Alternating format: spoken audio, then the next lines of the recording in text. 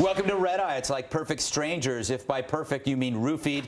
Let's go to TV's Andy Levy for our pregame report. Andy Pandy, what's coming up on Dandy Tonight's show? Greg, everyone down in America's newsroom is kicking it and chilling in anticipation of another great show tonight. Coming up on the big show, Acorn fires 2 more workers while continuing to insist it's the victim of a smear campaign. Hannah Giles is here to remind us that acorns are actually nuts. Then, can the cops take your car stereo if you're playing it too loudly? Some say no, but others say, get off my lawn, you punk kids, with your rock and roll and your rap music. And finally, is 3 years and 8 months in prison the right sentence for a graffiti artist? We report you put down the spray can and back slowly out of the room. Greg? Thank you, Andy. Wicked as I kicked it, don't need to remix it because I prefixed it, reversed, and switched it, Greg. Perhaps you have. Really a troubled man. Let's welcome our guests. I'm here tonight with Ann Coulter, conservative political commentator, columnist, and author. She's so sharp, sword swallowers practice on her. I think I've heard that. No, it's Friday. And overt actor and comedian. If hilarity were poison oak, campers would wake up with him all over their bodies. That's a new one, by the way. Cup, she's so cute. Hello Kitty owns a Hello Essie Cup doll. Wow. The things she does to it. And he stinks of death, mold, and old underpants. It's our New York Times correspondent. Good to see you again, Pinch. Hey, congrats to Maureen Dowd. Politico.com just voted her one of D.C.'s 50 most eligible bachelorettes. I'll tell you something, Greg. If I had any reproductive organs, she wouldn't be single any longer. She's a catch. All right. Yes. Shut up. She blew the horn on Acorn. And so on Thursday, the nutty activist group fired 2 Baltimore employees seen on hidden camera video giving helpful but creepy advice to a man and woman posing as a pimp and a prostitute. And on Friday, Acorn fired 2 more staffers, this time from its Washington, D.C. office, after another secretly shot video was posted at biggovernment.com showing the same couple getting similar advice. Feast your eyes, eye feasters. And I could just, you know, the girls that are going to be living there, they're going to be paying me, so I could just, you know, I could just give him the cash. Yeah, but what we're saying is he can't hang out at the house. He can't hang out. But you know, it's your girlfriend, but we're talking about your career. How far are you trying to go? I'm using the money that she's getting. You know what I mean? Okay, but you don't know where it's coming from. I personally know where it's coming from. Right, but when the police ask you, you don't know where it's coming from. It's what we're trying to tell you. All right. We're looking out for you.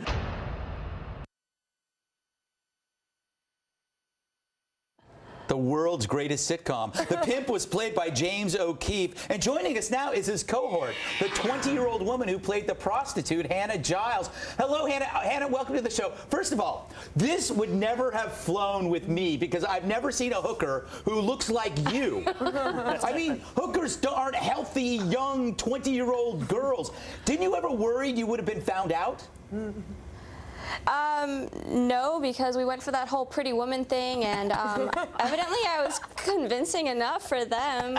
It worked. It did work, but I would have assumed that you were a hot rookie cop and you were out to make a bust. Because believe me, that's happened to me before. What made you come up with this idea of you and your cohort being a pimp and a prostitute and entering these Acorn businesses?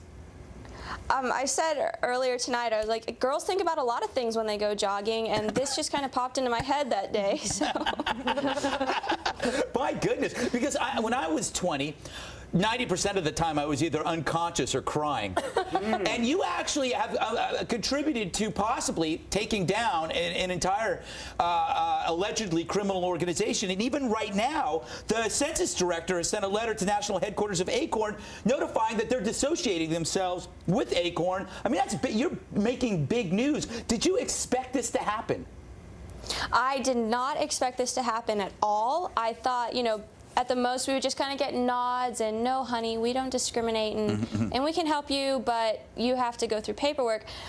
In no way did I expect them to say, listen, you're not going to call it the lady of the night thing. You're going to, you know, you're going to call it dancing. You're going to write off your condoms, and this is how you're going to smuggle in, you know, underage girls and use them for a sex business.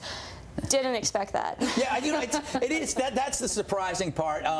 The allowing underage women into the country to be prostitutes, that kind of warmed my heart. It was the entrepreneurial spirit that I think America has lost sight of. But let me ask you, so I don't know if you need to, if there's more news breaking. I just know that this is going to keep going on, and it's going to get funnier and funnier.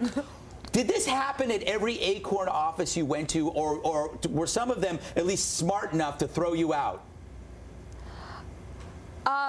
Well, Baltimore didn't throw us out. D.C. didn't throw us out. So I'd say we were pretty successful.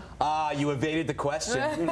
You evaded. That means there's more to come, isn't there? You can't give me a taste of what other cities we can expect. Well, I bet you can't, can you? Because then Acorn is trying to figure out the same thing, aren't they? They're trying to figure out where you were at next, right? They're probably really scared right now. Yeah, I think so. How many, when you went in there, how many cameras did you have on you? And were you ever worried that they might have seen the hidden cameras? We had one hidden camera, and I was not ever worried that they would find it. It's amazing to me because seriously, you guys look like you came from a frat party where it was pimps and hoes. Yeah. You know, those pimps. I would think that they would have just said, "Get out of here." But in fact, they were trying to help you set up a brothel. Now go ahead.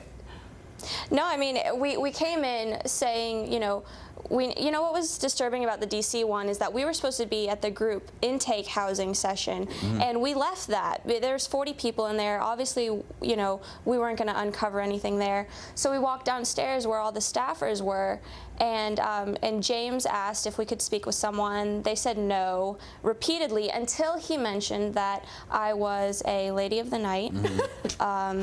He didn't mention that. He said prostitute, and she goes, "Oh, she's a lady of the night," and that's when they saw us. That's when they took the time when they weren't supposed to. It's against protocol, and they said, "This is what you got to do. I'm gonna keep it real for you, and we're gonna help you do this." Wow, so, that's a really good. It is amazing. Acorn is saying that these videos were slanted to misinform the public. Is that true? I think you can read the full transcript on biggovernment.com. You know I don't like to read. So you know that you've actually... Well, we've got raw, uncut footage, and let me tell you something. If you were to watch the whole thing, one, it's really long, so you would get tired. But it's all equally incriminating, and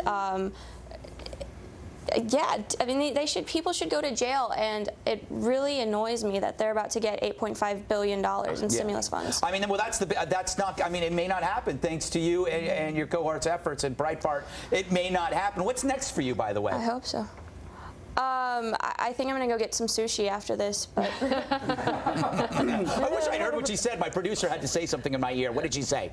She's going to go get some sushi. But actually, this brings up another question, Greg, and I can't believe you buried the lead. Hannah, are you single? of course. You are. When are you next in New York?